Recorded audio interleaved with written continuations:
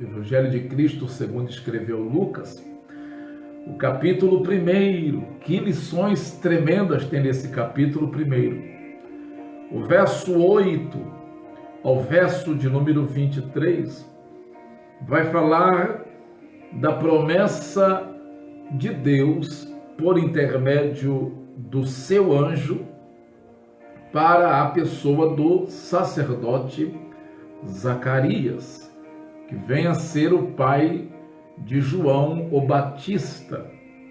O interessante é que, olhando para esse texto, eu percebo que existem dois graves riscos em nossa vida no tocante à área espiritual.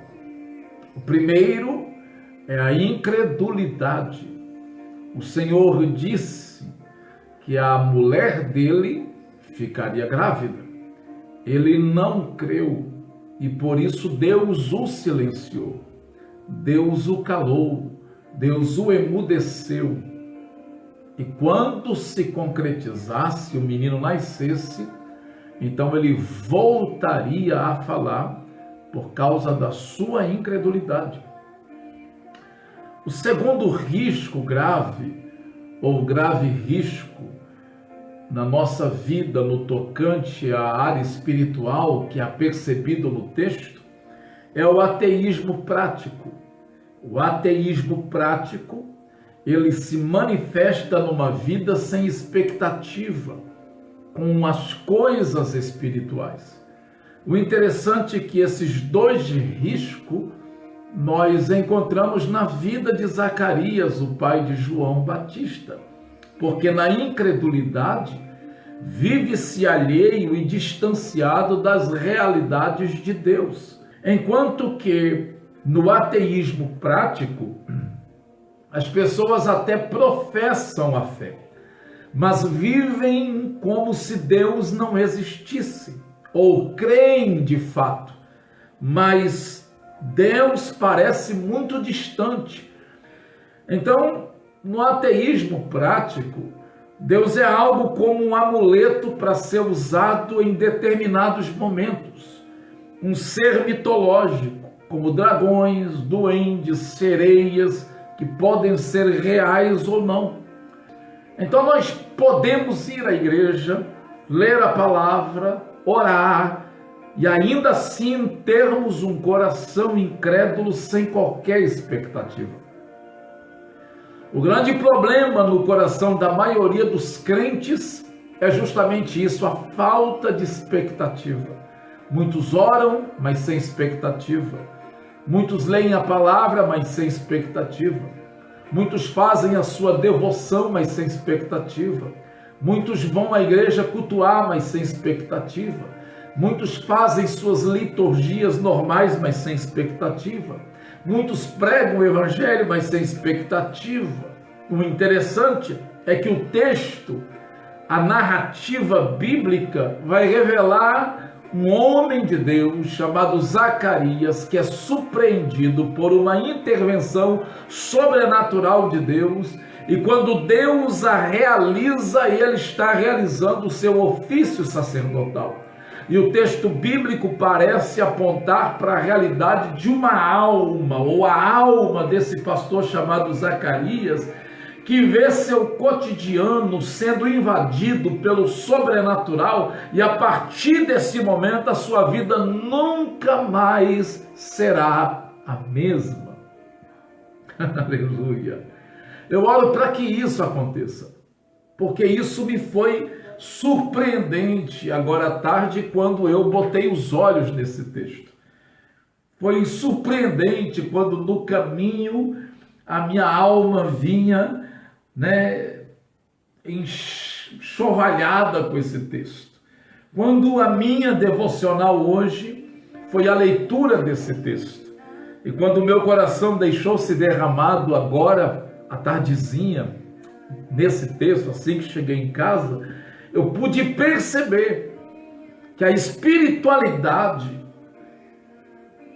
torna-se em expectativa quando a vida passa a viver no automático. Observe a narrativa bíblica acerca da atividade de Zacarias. Lucas capítulo 1, versículo 8 e 9, vai nos informar que, ora, aconteceu que, exercendo Zacarias diante de Deus o sacerdócio, na ordem do seu turno, coube-lhe por sorte, segundo o costume sacerdotal, entrar no santuário do Senhor para queimar incenso. Sabe o que eu observo aqui? Que Zacarias não estava ali porque tinha expectativa da intervenção sobrenatural de Deus. Assim como centenas ou milhares de crentes que vai ao culto, mas sem uma expectativa do poder de Deus, da graça de Deus, da operosidade de Deus, Zacarias encontra-se ali, diz o texto, por causa da ordem do seu turno. Ele está escalado e precisa ir. Quantas vezes nós somos escalados para conduzir culto, sem que em nosso coração haja nada além da compreensão de que isso é apenas uma tarefa para ser cumprida?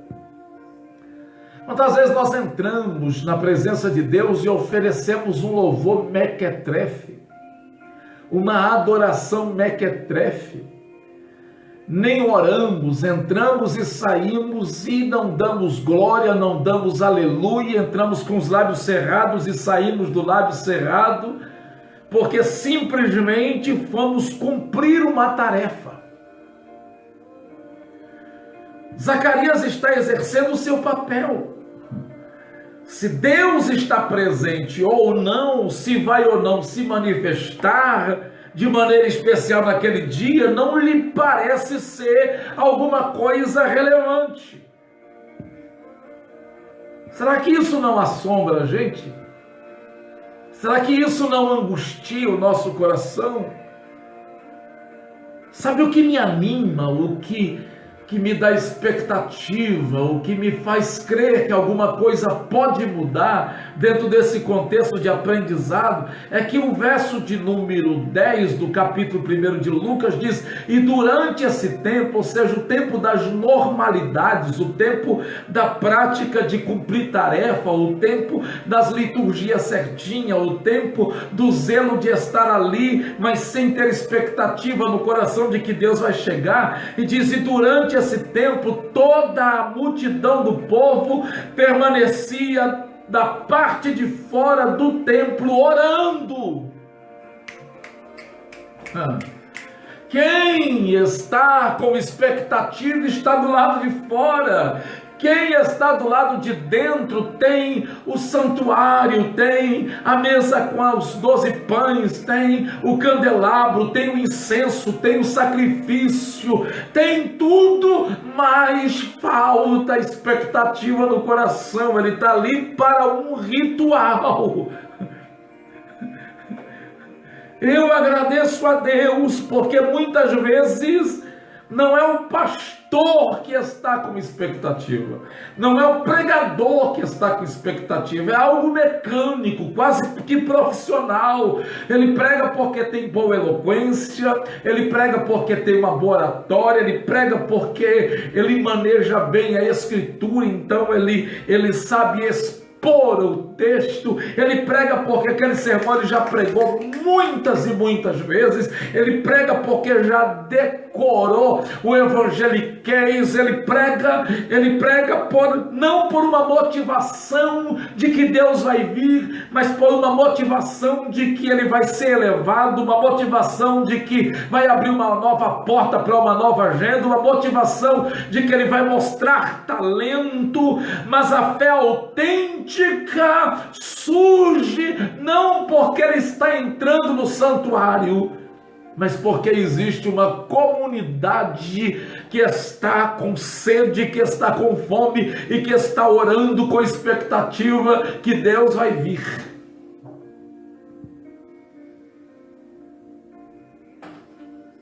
Isso aqui me deixa preocupado, porque muitas vezes não é o homem de fé que está cheio de fé, mas os adoradores e anônimos que se aproximam do altar e permanecem zelosamente orando.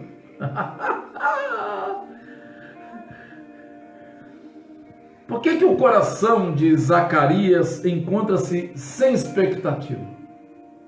Eu tenho pelo menos 3 hipóteses aqui. Primeira, por uma questão pessoal. O texto nos diz que essa questão pessoal tem pelo menos 2 problemas. O primeiro é que tanto Zacarias como Isabel já eram idosos, verso 18, avançada em idade. Segundo, é que ela era estéril. E terceiro, é que por muitos anos ambos oravam desejosos por um milagre, a gestação, e Deus não os atendeu. Então ele tem um coração com algo pessoal para ser resolvido com Deus.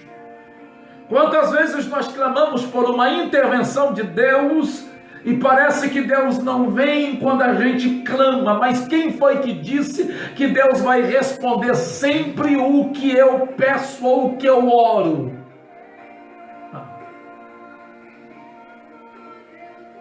O Deus que diz, clama a mim, responder-te-ei, anunciar-te-ei grandes coisas firmes e ocultas que tu não sabes. Ele está dizendo que as coisas são firmes, ele está dizendo que as coisas são grandes, mas ele está dizendo que as coisas são misteriosas. Ou seja, nem sempre ele vai responder o que eu estou pedindo. Telebarai de calabaraçai, delefai. Aquele casal que é um filho, isso é um desejo íntimo, mas Deus se cala e não lhe concede este favor. Crises pessoais podem dificultar as nossas convicções e destruir as nossas expectativas. Vou repetir: crises pessoais podem dificultar as nossas convicções e destruir as nossas expectativas. Eles oram por anos a fio e Deus se silencia. Ah, meu Deus do céu! Eu acredito que a maior crise pessoal no âmbito de espiritualidade que um crente pode enfrentar chama-se silêncio divino.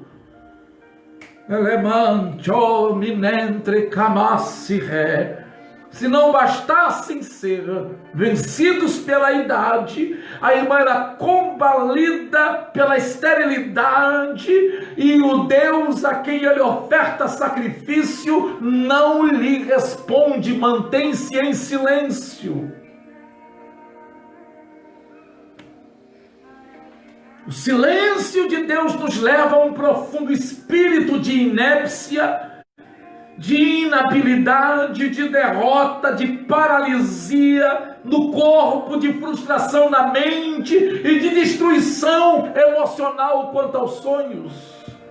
Esperança que se adia faz adoecer o coração, disse Salomão. O silêncio de Deus, ele dilacera a alma, fragiliza o sentimento, torna-se vulneráveis às ações.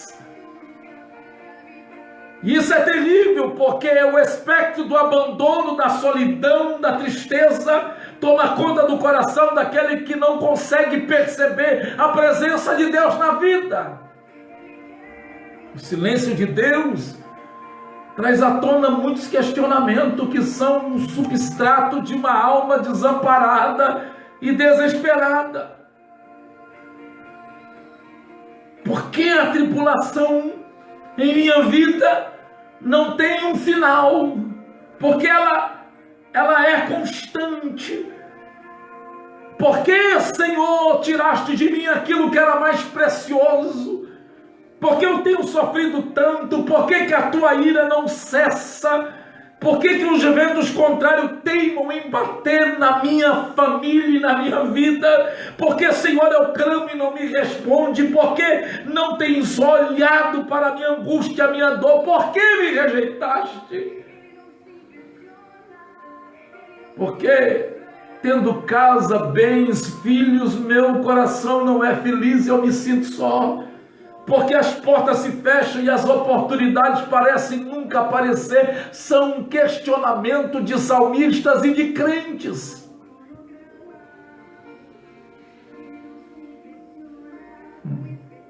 Deus se silencia. Olha para cá. Segundo a psicologia, o silêncio é a melhor forma de repreender uma criança mimada. Quando uma criança começa a fazer birra e exigir certos mimos, a melhor maneira de tratá-la para levá-la à maturidade é ignorá-la.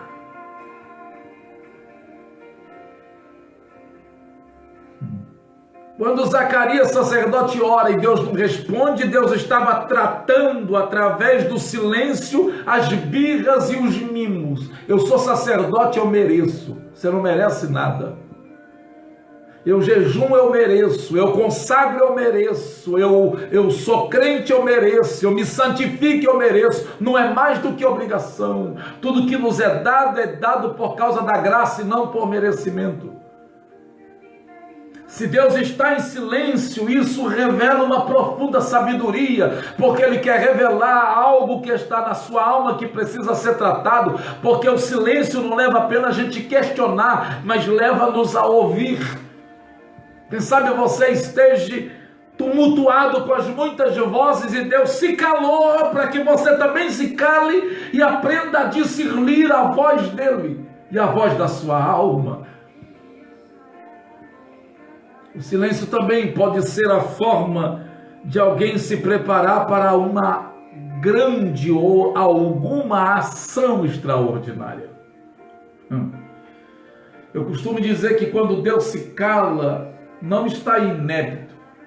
Quando Deus se cala, é porque Ele está desenhando aquilo que nós vamos fazer, ou está trabalhando naquilo que nós vamos fazer. Quando Deus se cala, é aí que Ele está em movimento.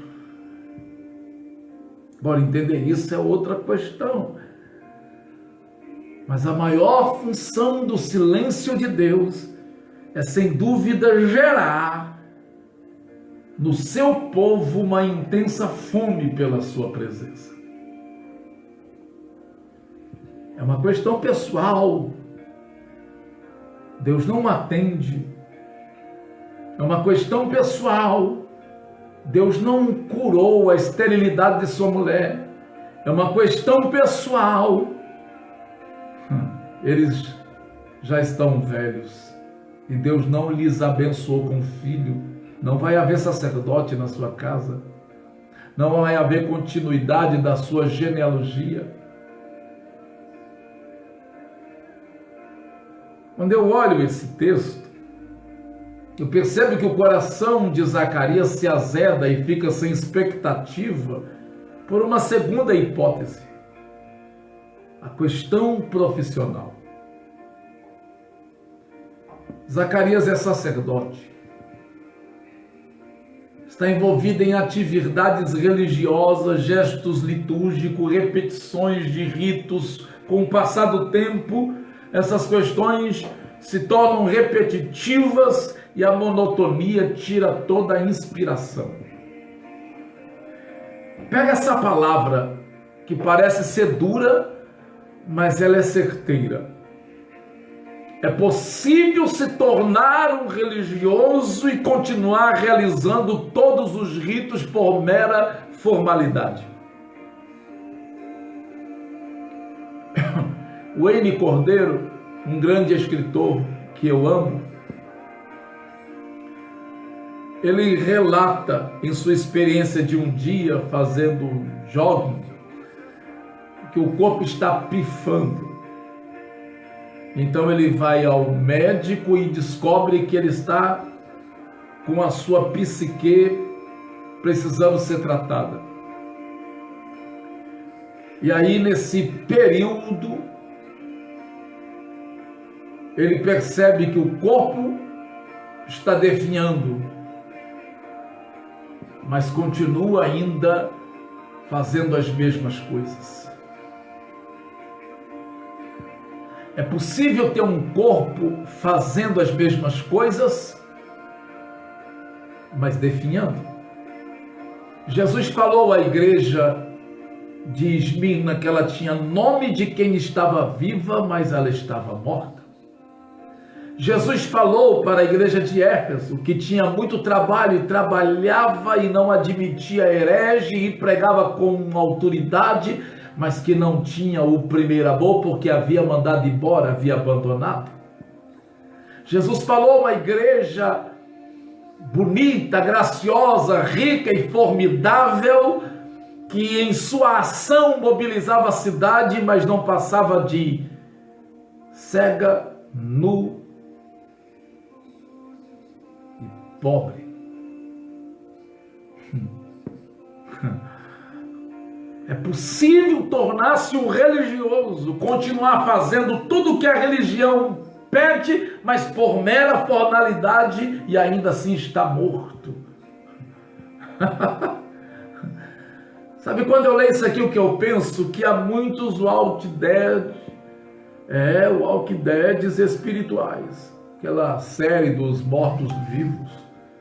Oram, cantam, vão à igreja, mas estão mortos. Dão a paz do Senhor, abraços, mas estão mortos. Entregam seus dízimos, celebram, mas estão mortos. Cantam canções que arrebata quem ouve, mas estão mortos. Pregam sermões que nos arrancam aplausos, mas estão mortos. Zacarias provavelmente sofre de uma doença comum entre os líderes desse século. Entre os missionários, entre os seminaristas, entre os crentes, que chama dessacralização do sagrado. Por constantemente lidarem com coisas espirituais, o sobrenatural se tornou natural, o milagre se tornou banal, perde-se a dimensão do sagrado, faz os atos litúrgicos com gestos repetitivos, lê a Bíblia para preparar sermão e assim vai seguindo sua vida no automático. Olha o texto, diz que Zacarias vai ao templo segundo o costume, por causa da escala de trabalho. Não é porque espera encontrar Deus, não é porque espera Jesus, Deus vir, não é porque espera o sobrenatural acontecer, não é porque espera Deus sacudir a vida, pelo contrário, a manifestação do sagrado lhe trouxe desestabilização profunda. Olha o verso 12, vendo-o, Zacarias turbou-se, apoderou-se dele o temor. Temor sim, mas turbar-se. O anjo desce, se revela no Santo do Santo. É lógico que há temor. Um anjo desceu e não é qualquer anjo, mas o texto diz ele se turba quando ele vê o anjo.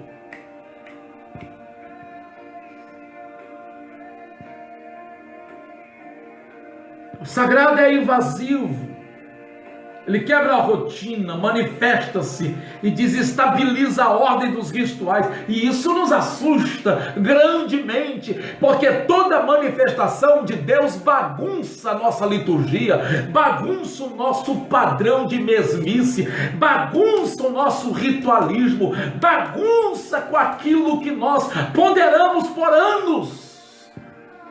E ninguém quer uma bagunça no culto, mas de vez em quando Deus quer dar uma mexida. Deus quer tirar as coisas do lugar. Reminasce, Joma, Seminavacia. e quebrar a rotina, quebrar a liturgia, desestabilizando a coisa que está em ordem, nós nos tornamos tão céticos, tão incrédulos, tão besta.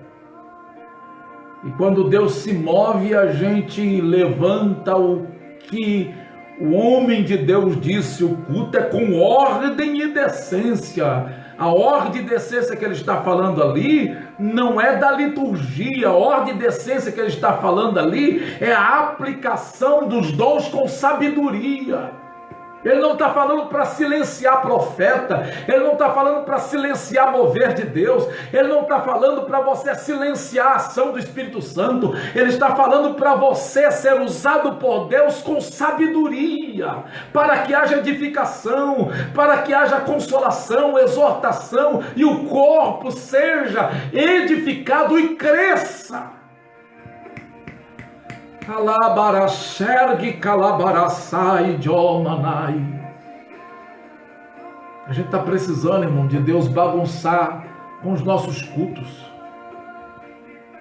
A gente está tudo engomadinho, tudo arrumadinho. Ninguém leva lenço para chorar, porque se chorar vai borrar a maquiagem. Nós estamos muito educados.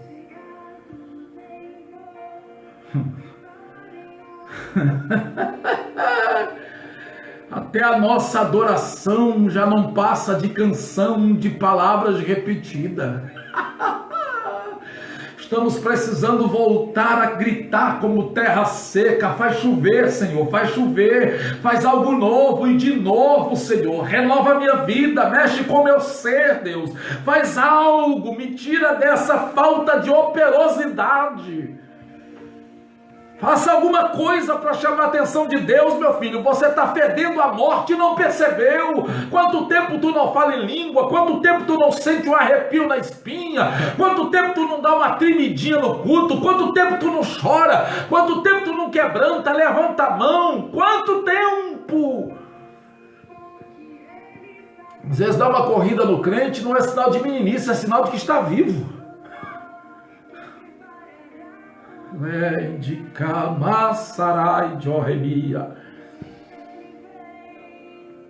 Eu creio que esse sentimento do coração de Zacarias, sem expectativa, é que é possível que o que levou Zacarias a perder a expectativa tem a ver com o momento histórico em que ele vive. Porque em determinado momento da história do povo de Deus, nós vamos encontrar aqui, e na história da igreja, manifestações angelicais.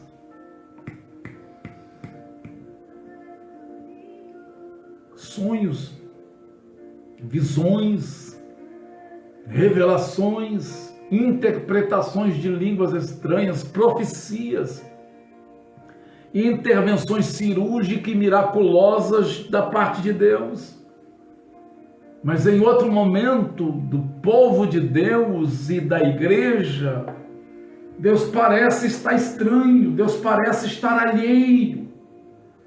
Você quer ver uma coisa? Nos dias de Samuel, a palavra de Deus afirma, no primeiro livro de Samuel, capítulo 3, verso 1, que naqueles dias a palavra de Deus era muito rara e as visões não eram frequentes.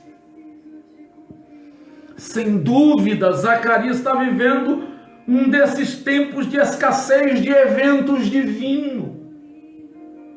E sem profecia, o povo se corrompe. Pensa comigo, aqueles dias eram raras manifestações de milagres. Não apenas Deus deixou de responder à oração familiar de Zacarias, mas não fala também ao seu povo. É os dias conhecidos na história eclesiástica como o período intertestamentário ou o período do silêncio de Deus. Não há registro de nenhum livro canônico, não há registro de nenhuma manifestação profética, ou seja, não há mais revelação de Deus. Deus se silencia por longos e áridos 400 ou 430 anos, período de silêncio. Então, nos dias de Zacarias, todos os eventos aconteciam no templo, o sacrifício era no templo, os cânticos eram no templo, a oferta era trazida no templo, a atividade religiosa era no templo, a escola para os talmidinhos era no templo, a consagração de criança era no templo, estavam seguindo o seu curso natural, mas Deus silenciosamente. Zacarias é o primeiro homem, depois de 400 a 430 anos de silêncio, a quem Deus dirige uma palavra cujo objetivo tem a ver com seu plano para a nação judaica e o mundo todo.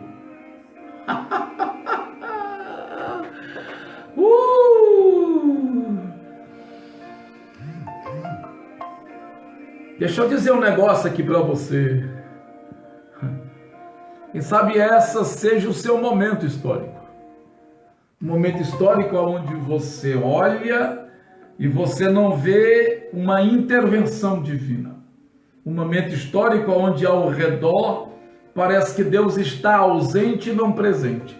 Um momento histórico onde tudo fala e todo mundo fala e muitas vozes se confundem, mas parece que Deus está em silêncio. Um momento histórico em que a igreja perdeu fervor, perdeu a ação de milagre, não anda mais nas vias do sobrenaturais, tornou-se incrédula e a palavra virou comércio e tem sido vendido. Um momento histórico onde parece que Deus não fala e quem fala parece que está usando Deus e não Deus o usando. Um momento histórico onde o gospel se tornou um meio de ganhar, um meio de atrair riqueza e não almas. Um momento histórico onde parece que Deus está proibido de agir. Parece que nós colocamos ele numa caixa de sapato e dizemos: fica aí, porque aqui quem manda sou eu, é a minha religião, é o meu padrão, é da minha forma. Aqueles dias eram raras manifestações de milagre,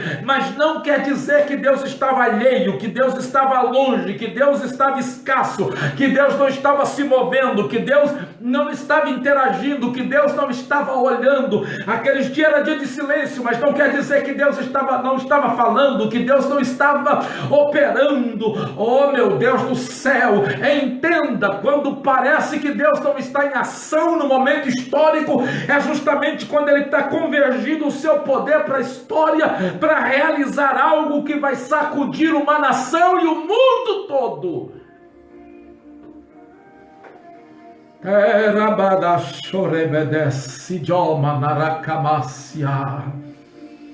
Isso aqui é extraordinário, porque no momento histórico Deus ainda segura na palma das suas mãos as rédeas da história dos homens e do mundo. Eu tenho algumas reflexões, pelo menos 3 aplicações práticas para encerrar essa reflexão aqui do silêncio divino na falta de expectativa de Zacarias. A primeira: nunca se afaste de Deus, mesmo quando ele parecer distante. Vou repetir: nunca se afaste de Deus, mesmo quando ele parecer muito distante. Apesar de todo o silêncio, Deus é um Deus presente. O salmista diz: perto está o Senhor de todos os que o buscam. Perto está o Senhor de todos os que o invocam de coração. Deixa eu te contar um negócio aqui. Estar perto de Deus possibilita um milagre. Vou repetir. Estar perto de Deus possibilita um milagre. Nunca se afaste de Deus mesmo quando Ele parecer distante, porque a sua proximidade de Deus, ou a aproximação de Deus, possibilita um milagre. Mesmo em dias quando tudo parece estar no automático da fé, ore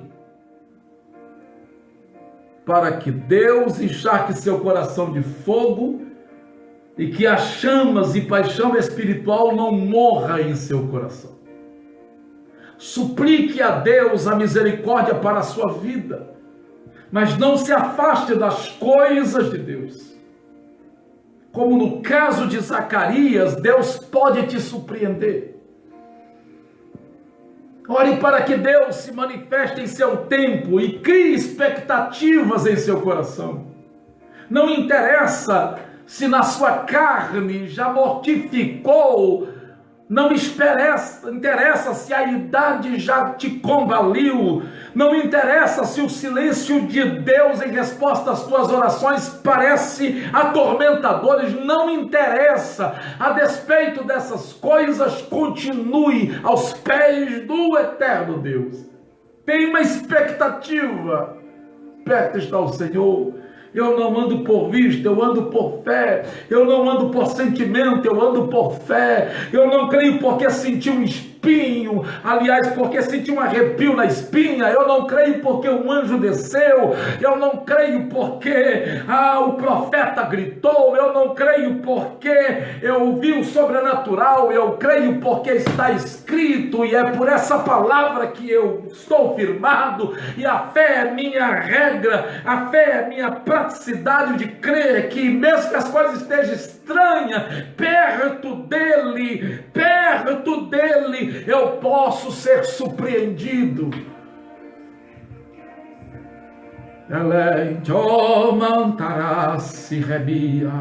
Tem expectativa em seu coração. A Bíblia diz que Deus é galardoador daqueles que se achegam a Ele e que crê que Ele existe. Deus é galardoador, Deus tem galardão. Ninguém sai da presença de Deus com mão vazia. A outra coisa que eu quero propor aqui como aplicação prática dessa reflexão é que esse texto nos fala de um Deus se revelando a pessoas que não esperam mais a revelação de Deus. Já pegou isso? O texto fala de um Deus se revelando a pessoas que não esperam mais revelação de Deus. Eu estou falando aqui para gente frustrada, gente cuja esperança já se foi, gente cuja expectativa morreu, gente que não sonha mais, colocou os sonhos e engavetou, gente que não ora mais porque tem uma frustração, Deus não ouviu a minha oração, não me respondeu, gente que não é mais utilizado como instrumento por Deus porque deixou morrer o dom, deixou enterrar o talento. Se esse é o seu caso, lembre-se, Deus pode surpreendê-lo novamente. Olha o que Hebreus 1, do 1 ao 4 diz, eu volto a repetir: tendo Deus outrora falado muitas vezes, de muitas maneiras, aos nossos pais, pelos profetas, nos últimos dias nos fala pelo seu Filho. Olha o que Atos 14:17 diz, que Deus nunca deixou de dar testemunho de si mesmo. Deus nunca deixou de dar testemunho de si mesmo. Deus nunca deixou de dar testemunho de si mesmo. Ou seja, Ele continua agindo, mesmo que muitas vezes pareça estranhosamente silencioso em situações provocativas. Deus está agindo. Por mais que pareça estranho, continue dependendo, porque Deus vai se revelar a você. Deus vai se manifestar a você de uma forma surpreendente. E para nós orarmos, porque já estamos falando há 51 minutos, a outra coisa que eu quero propor dentro desse texto, como aplicação, Tome cuidado com uma existência sem expectativa. Mesmo diante da explícita manifestação de Deus na sua história, o texto vai nos informar no verso 20 que Zacarias tem dificuldade em crer. Tome cuidado com uma existência sem expectativa. O autor aos Hebreus nos afirma no versículo 3 e 6 do capítulo 11 que sem fé é impossível agradar a Deus, porque é necessário que aquele que se aproxima creia que Ele existe e que é galardoador daqueles que o buscam. A fé sem expectativa não aguarda nada. A fé sem expectativa não espera nada. A fé sem expectativa não gera nada. A fé sem expectativa não recebe nada por causa da incredulidade. Apesar do evento monótono, repetitivo da função sacerdotal, Zacarias estava ali no templo adorando, servindo, e Deus se revela de uma forma surpreendente em sua vitória.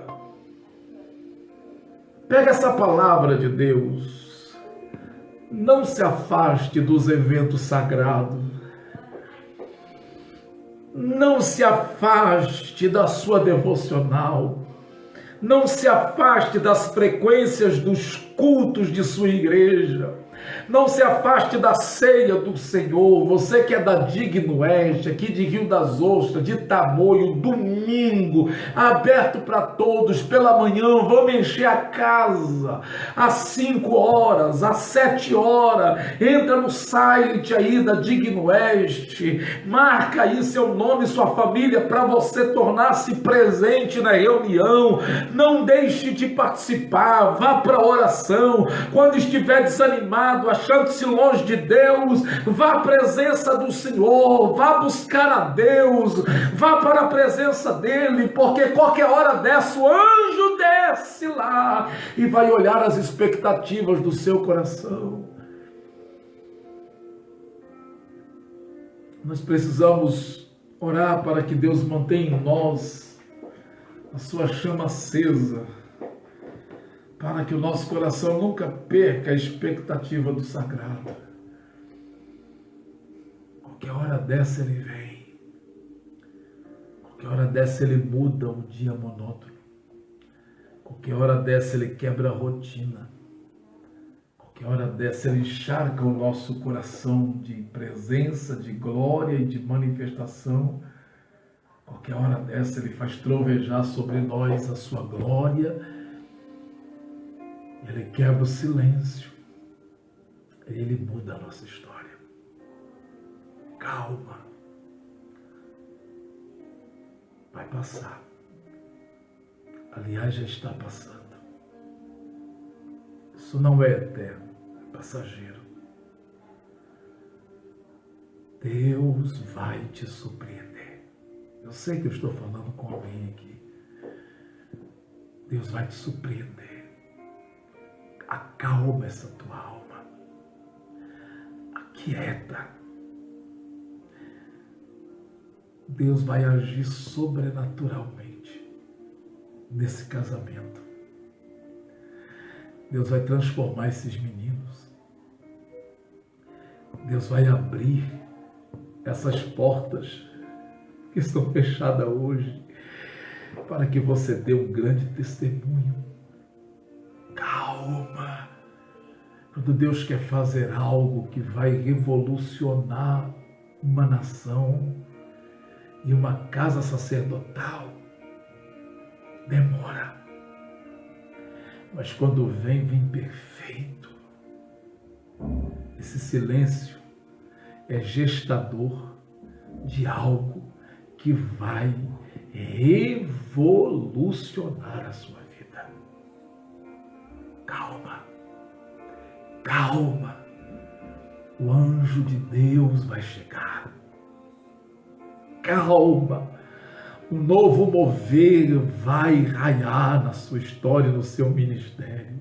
Calma, Ele não te esqueceu. Ele não está inépito. Ele está agindo em seu favor. Aquieta. Eu oro para que Deus mexa você de dentro para fora e coloque todas as coisas no devido lugar. Deixa eu ir para a cozinha, fazer a janta. Deus te abençoe. Abençoe sua alma e sua família.